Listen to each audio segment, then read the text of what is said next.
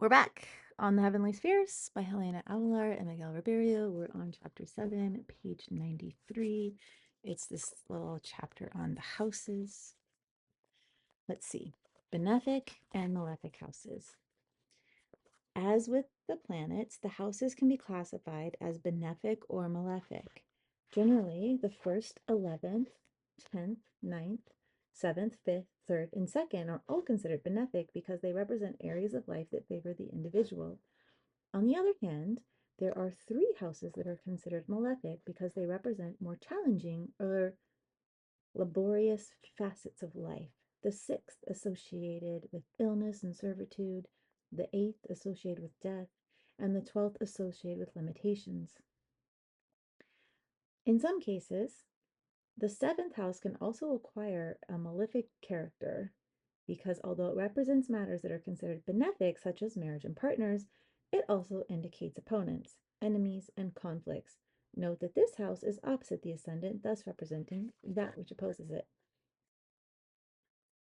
Another house with an ambiguous signification is the 4th,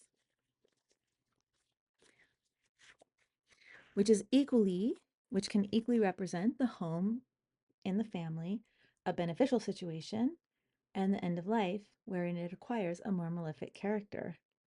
That and it trines the 8th and the 12th. This classification derives not only from the significations of the house, but from its angular position relative to the ascendant. The 12th, the 6th, and the 8th in the 2nd form weak angles to the ascendant, 30 degrees, between the 1st and 2nd, and between the 5th and 12th, 150 degrees, because the 1st and the 6th, between the 1st and the 8th.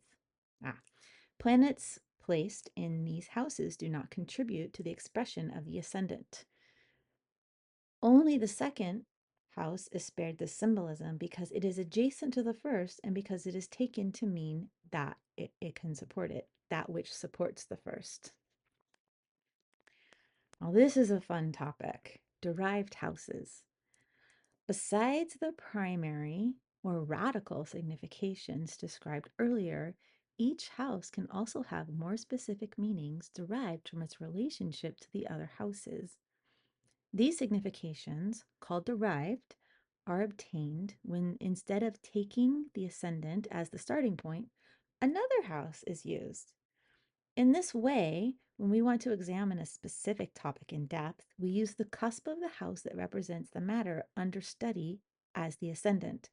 The remaining houses will then derive their significations relative to this derived ascendant, or the house that was moved to the ascendant, in their natural order.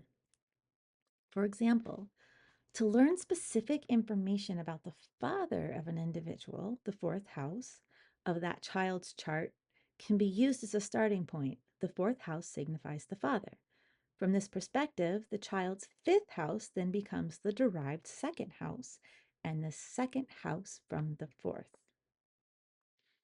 The child's 5th house acquires, as a derived signification, the resources of the 2nd house, or the father's 4th house. Similarly, the child's 6th house becomes the derived 3rd house, or the siblings, 3rd of the father, 4th. The remaining houses follow the same logic. Although any house studied by means of derivation becomes the ascendant, the derived house never loses its original meaning. It is the derived house of the chart that acquires a new signification, always relative to the position in relation to the starting and derived ascendant house. Note that the derived houses never replace the natal or horary, mundane, etc. houses. The derived meanings are always a complement to the indications of the natal houses. Nonetheless, there is no overlap between the natal and derived significations. For instance, in the previous example, the natal 5th house, besides signifying the children of the native, also Der My brain stopped. Derivatively signifies the resources of the father. So this is in the previous example, the natal fifth house is signifying the derivatively, the resources of the father. Because the father's money is not related to the children of the native. The derived interpretation serves to add depth to a specific topic, but in order to avoid unnecessary confusion, it should not be mixed with the natal interpretation. Derived houses significations.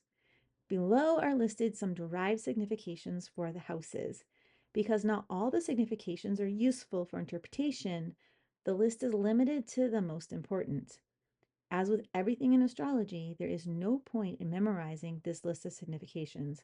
What is important is to understand the method of derivation and to know how to use it when it is necessary.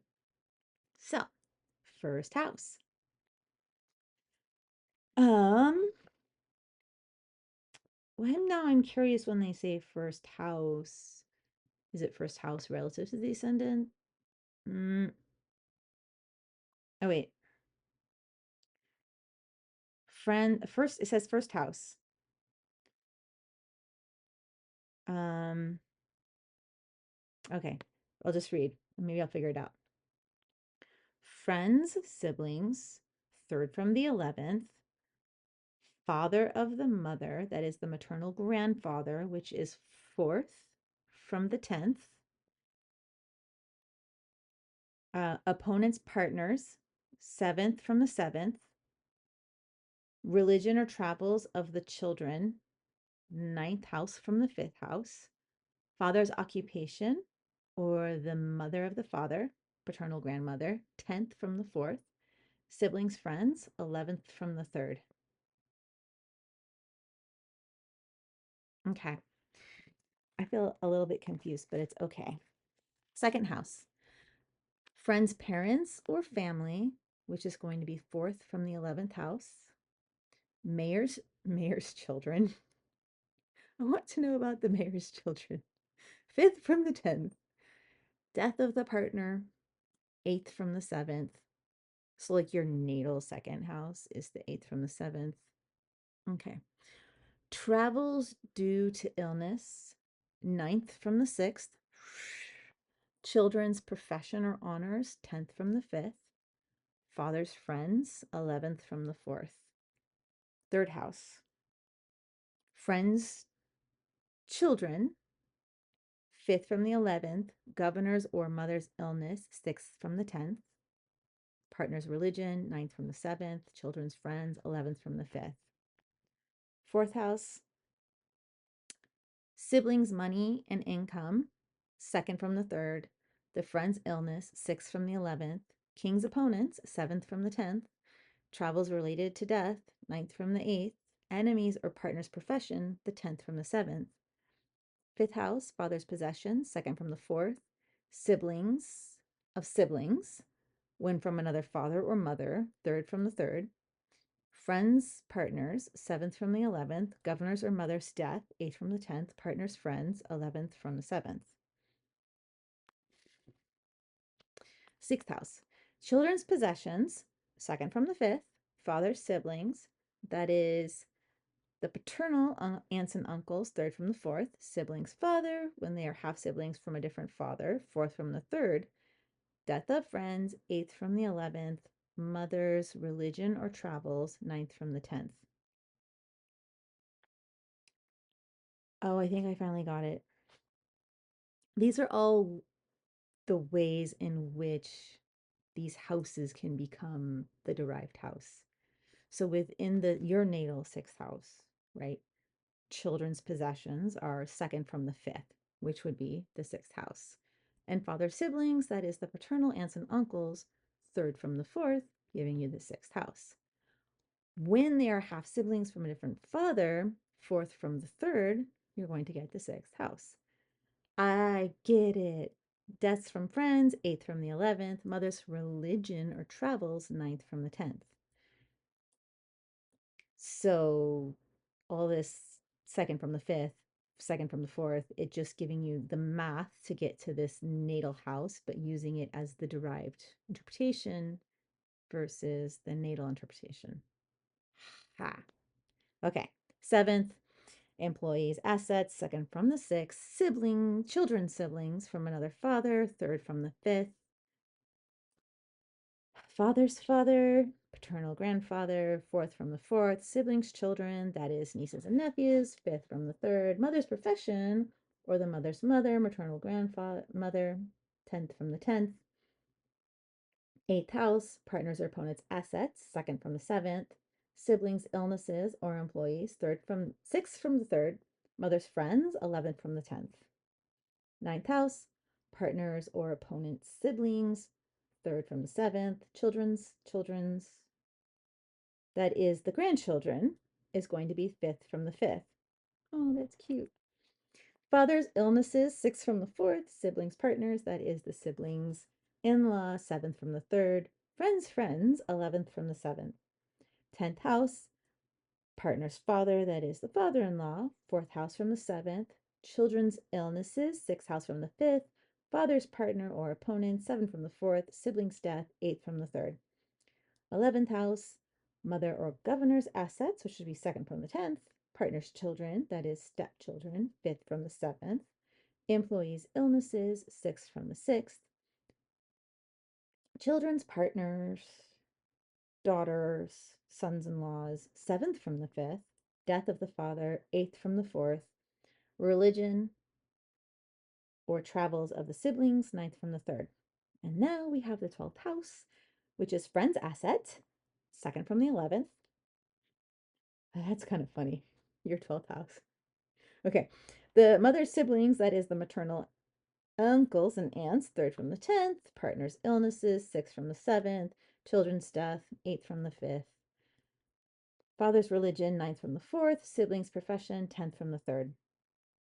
To avoid excessive or even worthless information, this technique should be employed with moderation, good sense, and within appropriate context. For example, in the interpretation of a natal chart, it is of little use to know that the second house signifies children of the boss, the derived fifth house from the natal 10th, or that the eighth house represents the brother's employees, sixth from the derived natal third. Having said that, these examples can make total sense within the context of horary or mundane astrology. So it's most useful in those two, horary and mundane. So I'm going to pause because we're at 13 minutes. So we're going to take a break so you can do all the things before you start the next video. And thank you for listening, watching all the things.